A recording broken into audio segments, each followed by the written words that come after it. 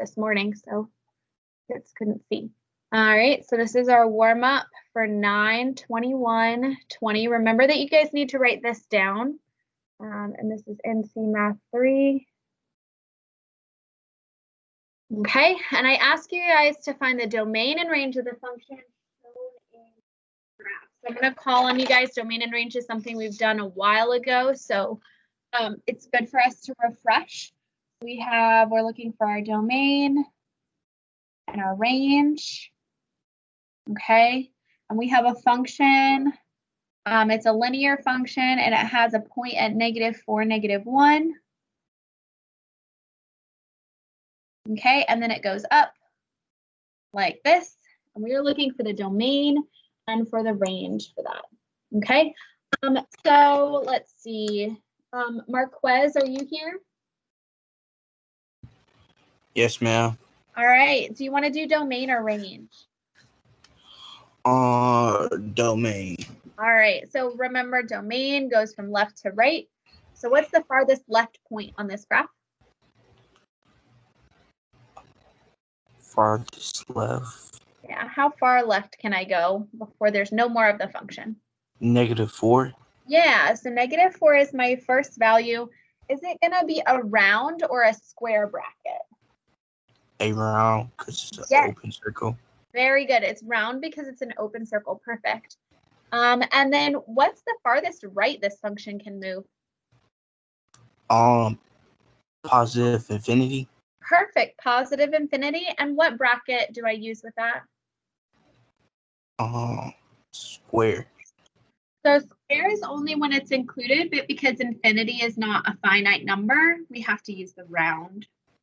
Okay. Good job. That was almost perfect. Thank you, Marquez. And then Lizbeth, are you here? Yes. All right. So range is going to be the lowest value to the highest value. So what's the lowest value that this line hits?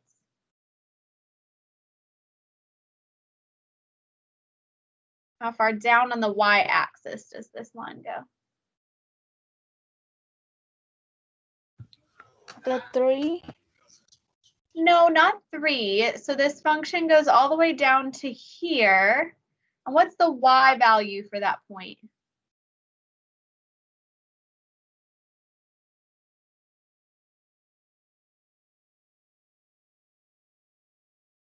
So 3 was here, but the function keeps going down.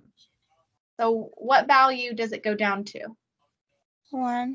-1. And is it going to be a round or a square parenthesis? A square parenthesis. So square is when we have a solid dot and the point is included, but we have an open dot here. And the open dot goes with the round parentheses. So we're going to use the round. Okay, and then what's the highest the function can go here? Is it ever going to stop going up, Lisbeth?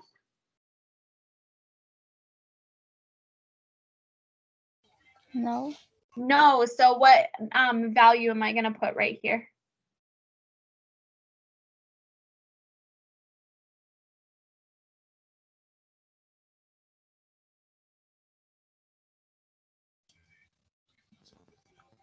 Three. Not 3, because it goes past 3 and it keeps going up. So the value we're going to pick is going to be infinity, because infinity means it goes forever.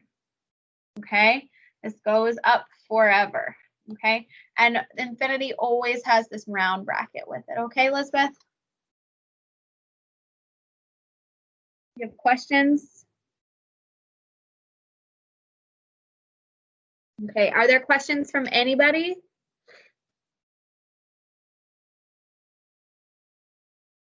Okay. All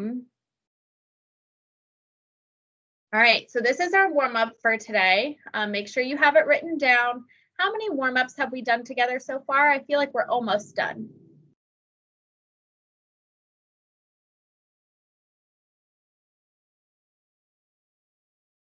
I'll ask somebody after class to find out, I guess.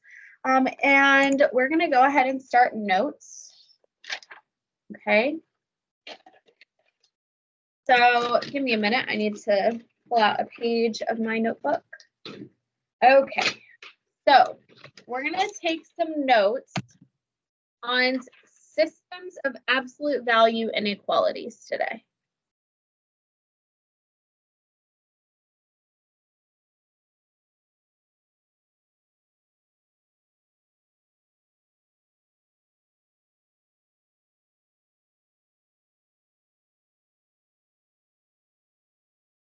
Okay, so you can have systems of any combination of different equations, but we're going to focus on the absolute value inequalities since we focused on that already so far this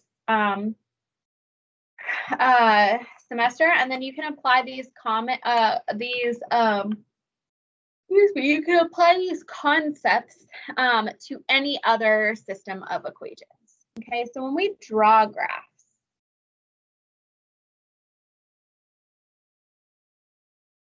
okay, there are two different ways we can draw our graphs. If we see a less than or equal to or a greater than or equal to, we're going to use solid lines to draw our functions. And these solid lines mean that points are included on the function, or I'm sorry, hold on. Let me white out some of this. That points on the function are included is what I'm trying to write. So it means that points on the function are included. Okay. Slash solutions. I guess solutions isn't really necessary. Okay. So that means that points on the function are included. Okay. So that's one way. We're going to make a little chart. Okay. If you see a less than, a strictly less than, or a strictly greater than sign, we're going to use dashed lines. And this means that points on the function are not included.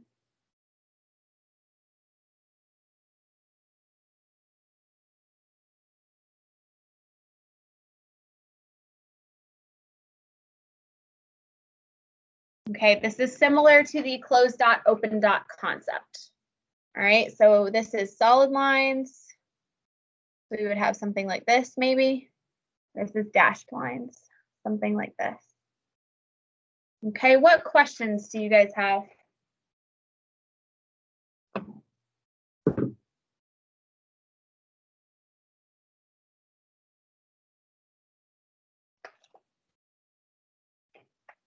Okay, there are no questions. We'll keep going. All right, so solutions to these systems of inequalities occur everywhere two functions overlap. Probably should have tried to finish writing that right here instead of taking up 2 lines. Oh well. Okay, we're going to use Desmos or your calculator. I can't spell, guys. I'm so sorry. Calculator. To graph the system of inequalities.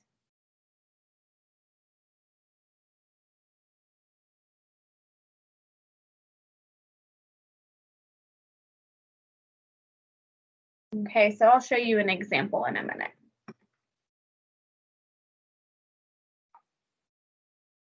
Okay, so we have our 2 ways to draw our graphs, and the solutions are going to be everywhere the 2 functions overlap.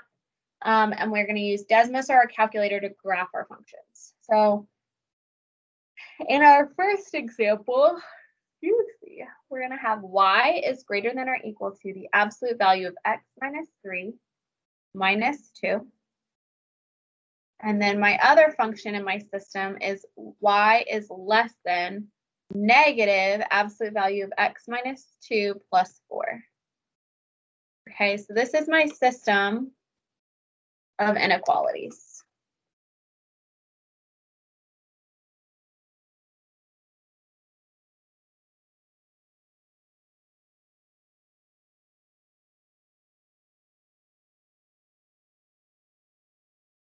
Okay, what questions do you guys have so far?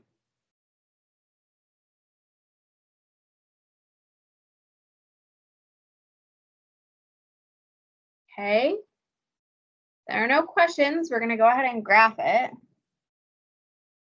Okay, so both of my vertices are in the first quadrant and fourth quadrant on this half of the coordinate plane. So I am going to draw my coordinate plane like that. So I focus on that side, and then I'm going to go ahead and pull up Desmos so that we can see the graphs. Okay, so my first inequality was y is less than or equal to the absolute value of x minus 3 minus 2. So I'm going to go ahead and type that in. Let me make this smaller so that, oh goodness, you can see everything. Okay, so I'm going to click in this box and I'm going to type my y. To get that greater than or equal to, I'm going to type in the greater than sign and then type equals right after it, and it'll pop up. To get the absolute value, I go down to my keypad. Oops, it was already up. And I click on this absolute value button. I can type in my x minus 3, click arrow over and then a space to get the other absolute value bar to show up, and then minus 2. Okay, and we should get this black absolute value function. And because we're taking all the y values that are bigger than or equal to the function, we're shading in everything up here. Okay, so I'm going to highlight these key points here, the vertices and the x-intercepts and the y-intercepts, and I'm going to go ahead and plot those. So I'm going to use my purple to plot them on my graphs. I'm using a purple line here. I don't know if you can really even tell. And I'm going to have, I need tick marks all the way over to 5. 1, 2, 3, 4, 5. And then up at least 1, but I'll go up a few more. Okay. And so I should probably have point going down too. 1, 2, 3. So I'm going to have a point at 5, 0. That's an x-intercept. I'm going to have a point at 3, negative 2. That's my vertex. A point at 1, 0. And a point at 0, 1. Okay, and then it's a solid line because I have my less than or equal or greater than or equal to. Then I'm going to draw my lines through the points that I plotted. And I'm just going to shade in everything above, okay? Because that's what my function covers. Questions on how we graphed that? What questions do you all have? Okay. I'm going to type in my next inequality. So y is strictly less than negative, I need my absolute value, x minus 2. Let's see. Okay, there we go. And then plus 4. I get this red curve here, so I'm going to use green on my paper.